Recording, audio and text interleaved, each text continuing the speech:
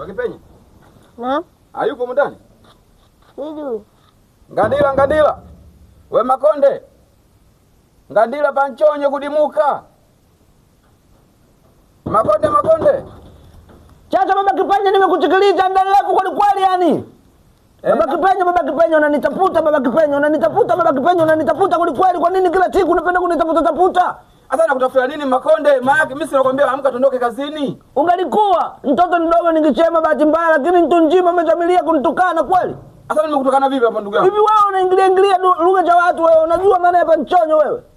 Pacha maana yake si amka kumekucha tuondoke. Kwa mfano mimi nikwambie wewe, uninapanda panchonyo utajichikiaje? Unajua maana ya panchonyo wewe? Wewe unapenda utata wewe ndugu yangu wewe. Sikiliza.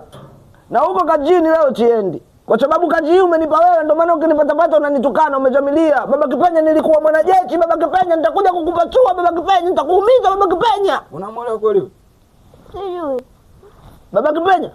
Tunaondoka kazini au tuende mali? Chiendi. Wewe ukaja kuniambia mimi nikandika panchonyo. Unajua maana ya panchonyo wewe? Panchonyo maana yake bwana amka kumekucha tuondoke mwanzo tukapige kazi. Mutene munanga chinu we. Nanga chinu mutene mo.